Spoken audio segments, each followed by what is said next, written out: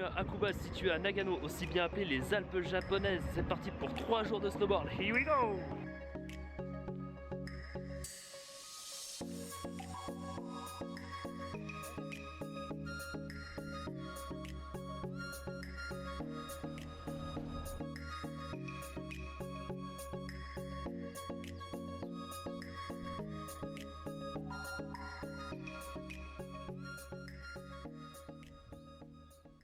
Alors comme la route est assez longue pour rejoindre les pistes, je vais en profiter pour vous sortir une petite anecdote sur ces montagnes. Donc il y a un animal, typiquement local parce qu'on le trouve qu'ici, qui s'appelle le Kamochiga. Alors à quoi ça ressemble? Bonne question. Visuellement ça ressemble à une espèce de chèvre bouquetin. Mais de loin on dirait un bébé ours, enfin c'est assez particulier comme animal. C'est pour ça qu'avec moi j'ai pris mon matos photo et vidéo et je vais essayer d'en tirer quelques clichés ou espérer de le voir ou quoi que ce soit, parce que dans certaines vidéos de freerider, il y en a qui arrivent à le croiser. Donc on verra bien, on va tenter et puis on verra bien. Mais bon, trêve de bavardage, je vais aller m'équiper et aller rider. A tout de suite.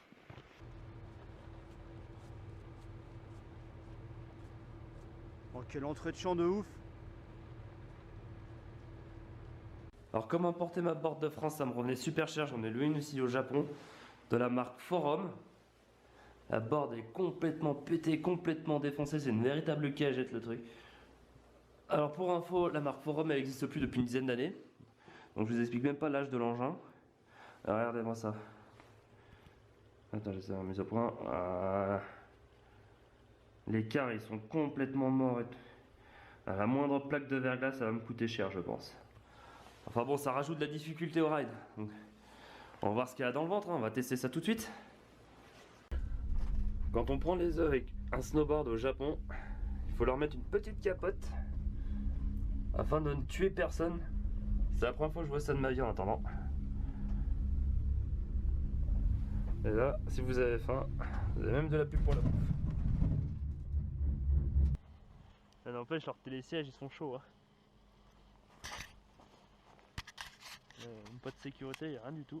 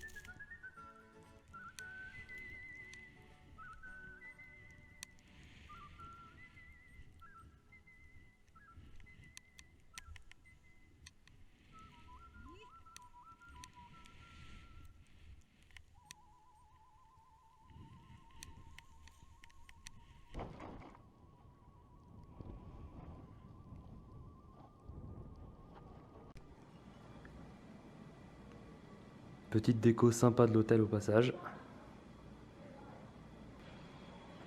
Bon, comme après chaque journée de snowboard, je vais aller au Sento.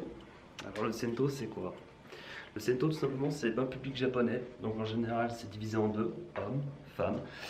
Donc avant de rentrer dans le Sento il faut se doucher, évidemment. Et après on rentre dans le bain, donc c'est une température assez chaude. Donc s'il y en a qui craignent la chaleur, c'est pas franchement conseillé.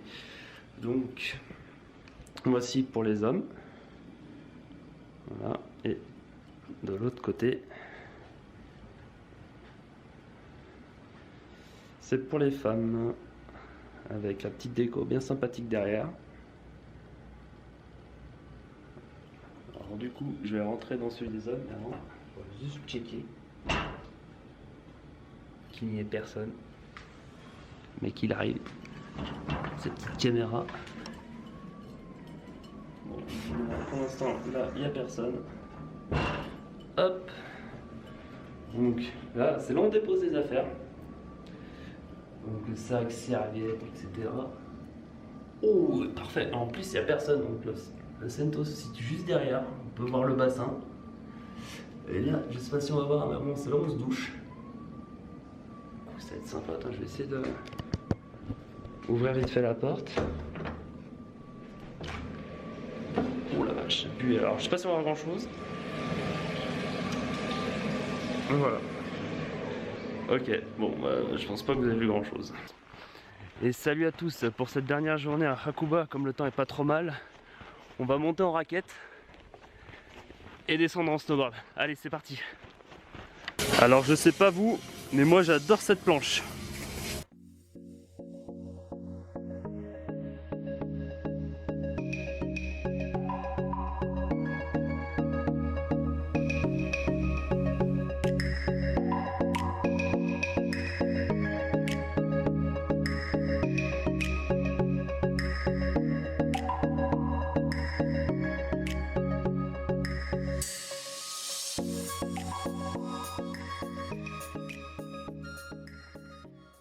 Les choses bien. Il y a même la télé qui s'est déplacée pour nous filmer. Le temps est à chier. Il n'y a pas d'autre mot. On est en mode raquette cette fois-ci. On va grimper jusqu'au sommet et après descendre en snow jusqu'à la station. Alors comme vous pouvez l'entendre, c'est très fatigant avec l'altitude, l'effort physique, plus le sac, le snowboard et tout le matos qu'il y a dedans. Bien plus.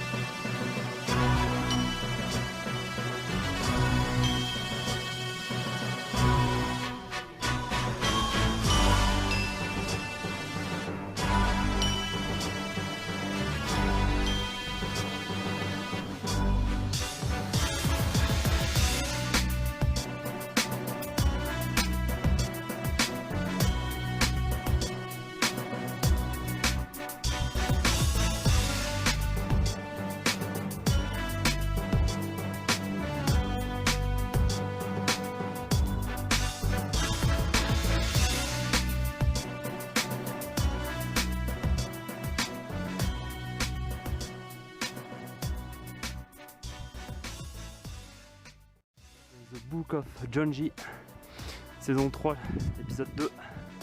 C'est là où il descend et il a failli se taper l'animal. Ok. Enfin, la diapo. Allez.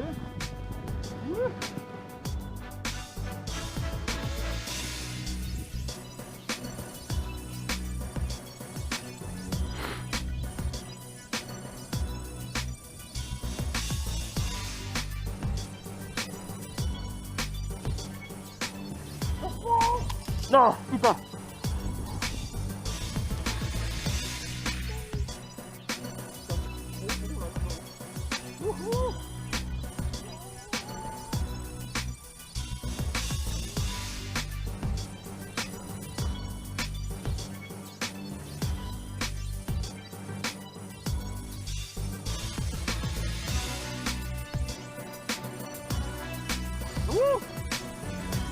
C'est une mendier là.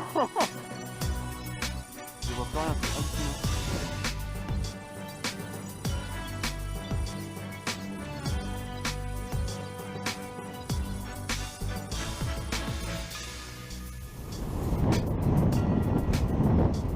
Wow, wouh. Oh, s'il y a une avalanche qui part, je suis officiellement dans la merde. Putain.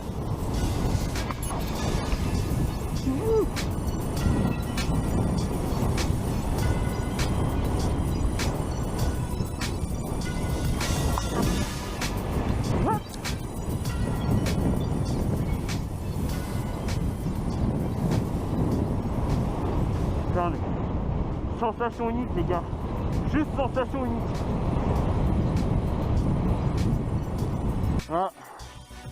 qu'on vient de descendre.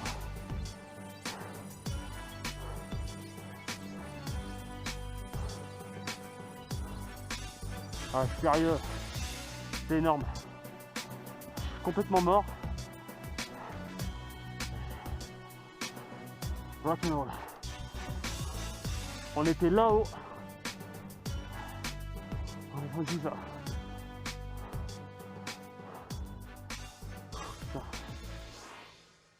C'était énorme. Alors après une bonne session de descente de 30 minutes, on était tout là-haut. On a descendu tout le long, on a allongé le long de la rivière. Alors l'idéal c'est pas de faire du freeride tout seul mais accompagné, c'est mieux. Et être équipé d'Arva. Hello! J'adore, celle-là je la garde. Et donc, oui, donc du coup avoir un Arva. Arva c'est un petit boîtier qui permet d'être localisé au cas où si on est sous la neige. Deuxièmement, avoir une pelle pour déblayer la neige. Et troisièmement, alors c'est un petit peu cher, mais ça peut sauver des vies. C'est un sac qui permet... Alors encore un autre. Et ouais, il a même pas dit bonjour celui-là. Bref, c'est un sac avec deux gros airbags derrière. Il suffit de tirer la petite corde, ça gonfle et on flotte au-dessus de l'avalanche. Alors par contre, ça coûte assez cher, c'est entre 500 et 600 euros. Et comme on dit, la vie n'a pas de prix. Après 3 jours de snowboard à Nagano, mon séjour se termine malheureusement. Que dire en conclusion? La puff elle est exceptionnelle, c'est du jamais vu en 18 ans de snowboard. Pourtant j'ai ridé en France, en Suisse, en Autriche et en Italie. Le cadre est absolument magnifique. Comme vous en doutez, c'est un de mes premiers vlogs, donc il doit y avoir 2-3 erreurs de débutant, mais je vais m'améliorer d'ici là. En attendant, j'espère vous revoir lors de ma prochaine vidéo, et puis d'ici là, portez-vous bien. Salut!